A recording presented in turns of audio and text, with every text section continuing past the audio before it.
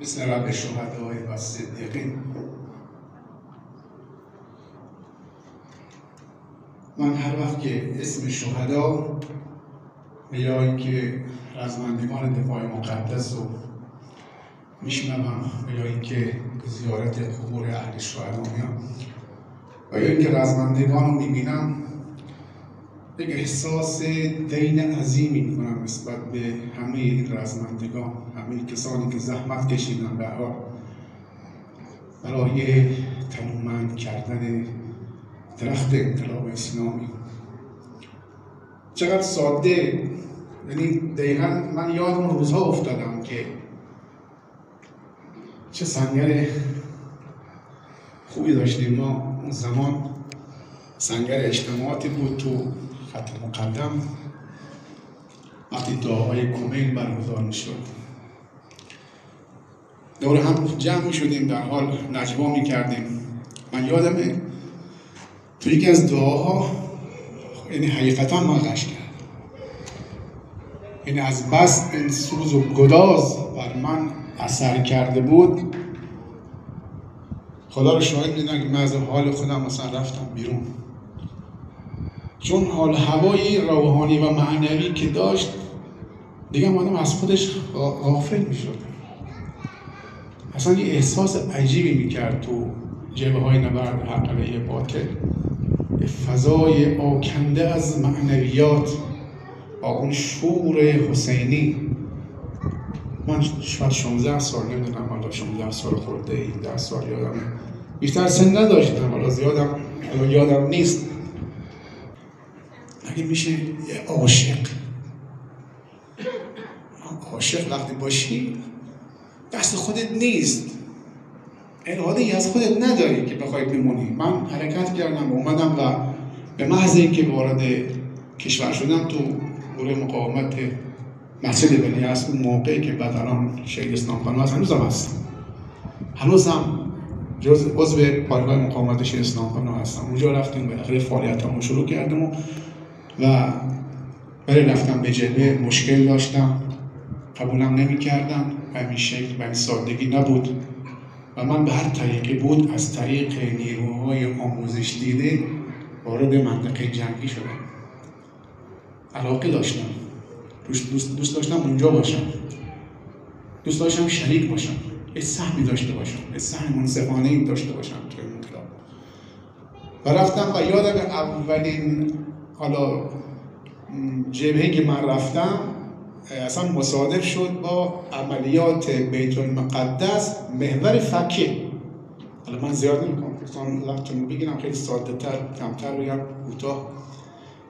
اولین عملیات یک جوان 16-17 ساله که حقیقتا من هیچ از جنگ نمی‌فهمیدم، ولی با این وجود در قالب نیروهای آموزش دیده رفتم و اونجا شرکت کردم.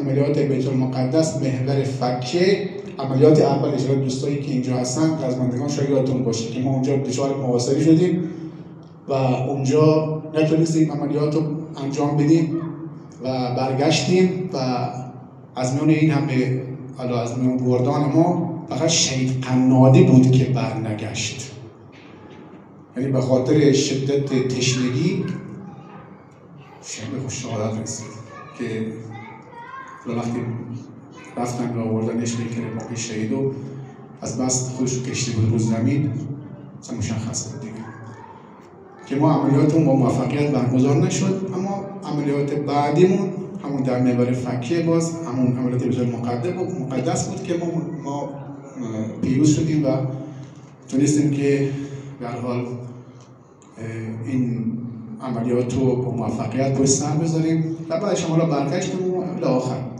این حالا شمه‌ای بود از در حال فعالیت‌های خودم تو جبهه یا تو مثلا حالا تو پایگاه مقاومت شهید اسلام خانم که داشتم.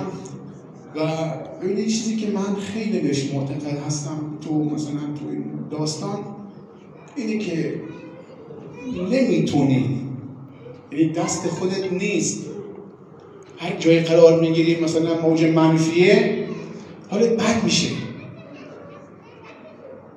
هر جایی میبینی مثلا شکایتی هست، گله‌ای هست، اعتراضی هست، نمیدونم بس خرابه، نمیدونم فلان اینجوره اونجوره. وقتی که تو موج منفی قرار میگیری تنها کسی هستی که تنها حالا اینو همه احساس کردن اینو دوستای بهار از مندگان، دوستایی که تو جمع مثلا عوام قرار میگیرن میشینن، مثلا اون از این طرف میگه اون طرف میگه، یه احساسی به دست میده که خودت میدونی که چه خبره، خودت میدونی که داستان چیه، به درک این داستان رسیدی. بدم میگم خدایا این توفیق از من نگیر که عنوان یک سرباز، من نمیدونم به هر حال من یه بار از در این گزارش شده رد میشدم، یکی از دوستان بچهای پایگاه بود گفت که شما خوشبال شما که به قطعه شهدا میخوابونید.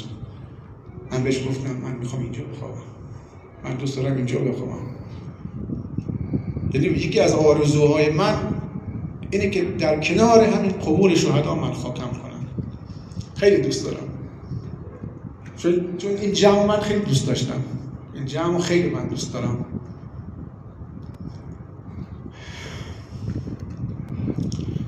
ببخشید من در زیاد صحبت کردم در مورد شهید کوروش رنجبرم. یک کوتاهی من بگم که من یعنی خیلی با شهید در رابطه بودم، چون شاید مثلا 2 سال مثلا انتخاب سنی ما داشتیم با هم دیگه. تنها کسی که از روحیات شهید با خبر بود خود من بودم.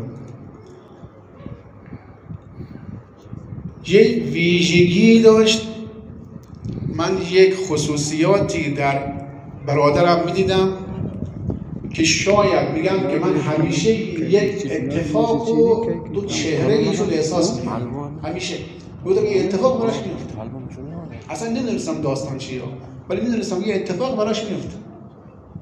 از بس این شهید، چون بالاخره با من تو یک مدرسه بود، تو امارات که بودیم، مثلا یکی از مثلا ویژگی‌هایی که داشت، من حالا یادم هست اون زمان به صورت مختلف ما تو مدرسه داشتیم درس می‌خوندیم، حالا سرویس که میومد همین بچه‌ها هیجان دارن میدوئن، مثلا میرن جا میگیرن، بعد خودشون مثلا سر پای نشسته اینا، مثلا من جوتر میرفتم، زبلتر بودم دیگه، میرفتم جا میگرفتم براش جا میگرفتم، بعد میرم نمی‌نشست.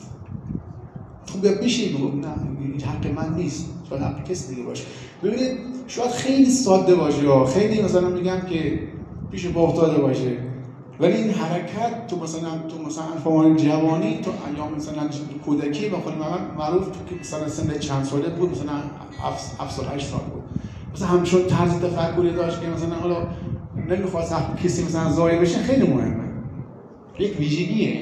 این ویژگی‌ها رو برای من خیلی بیشتر از این دیدم که یک پیشخدمتی ما داشتیم تو همین مدرسه، چون پدر من مثلا بعض موقع مثلا حالا دیر میومد و دنبال ما، یک پیرزنی بود اونجا نظافتچی بود، خدا شکر از وقت مدرسه تموم شد و این نظافتچی دست می‌کرد به نظافت مدرسه، مرتب بهش میگن جور می‌کشید، میز تمیز می‌کرد، فلان می‌کرد. این ویژگیه. این شهادت واقعا سعادت میخواد، یعنی دقیقاً اون اتفاقاتی که برای مثلا همه شهدا افتاده شد برای همه ما افتاده باشه. تو همون جایی که شهدا شهید شدن منم بودم، همون خمپاره‌ای که شهدا خوردن منم خوردم، تو همه ما خورده باشیم. ولی شهادت واقعا سعادت دست من نیست. شاید بگم که من ناشکر نیستم، هیچ وقت ناشکر نیستم، میگم خدایا مرا نگه داشتی برای امروز. اما حالا حسن ختام که از کنم خدمتشون زیاد وقت شما رو نگیرم، امروز اگه نامی از شهدا باقی مونده تنها به خاطر همین مراسم، این مراسم یادبودی که توسط یادگاران دلهای مقدس برنامه‌ریزی و اجرا میشه و بار نگرانی رو کم میکنه برای نسل‌های بعدی انقلاب. ببین وقتی ما روایت میکنیم، حتی از شهدا میگیم، از خاطرات شهدا میگیم، از رزمندگان میگیم، اتفاقاتی که افتاده میگیم، اینا میمونه. اونایی که با ما زندگی میکنن بعدها زندگی خواهند کرد، اینا میدونن که درخت تنومند انقلاب اسلامی اگه امروز قدرت داره، امروز ابهت داره، امروز جهان داره مثلا حالا با ایران داره حساب میکنه، خروجی همین خون شهداست، خروجی همون خدمات رزمندگان اینجا نشستن، همون جانبازایی که زحمت کشیدن بالاخره هنوز هم هستن، هنوز دارن خدمت میکنن. همین مراسم ببین اینا این بار نگران رو کم میکنه برای نسل آینده. پس بگیم خاطرات شهدا رو. من دختری دارم ازدواج کرده، نوام 16 سالشه، ولی مرتب از خاطرات شهید شهدا براش میگم، صحبت میکنم که انتقال بدیم، باید انتقال بدیم، اینا رو باید انتقال بدیم، چون وظیفه و این رسالت سنگینی هست بر دوش همه ما. تشکر میکنم در حال از اینکه برای من گوش کردید و کوله‌باری پر ز مهر انبیا دارد شهید، سینه‌ای چون صبح صادق با صفا دارد شهید. این نه خون است ای برادر بر لب خشکیده‌اش، بر لب خون رنگ خود آب بقا دارد شهید. گرچه در گرداب خون خوابیده آرام و خموش، با نوای بینوایی بس نوا دارد شهید. کعبه دل را زیارت کرده با سعی و صفا، در ضمیر جان خود گویی منا دارد شهید. دانی از بهر چه جانبازی کند در راه دوست، چون طواف کعبه را در کربلا دارد شهید. السلام علیکم و رحمت الله و برکاته. خیلی ممنون.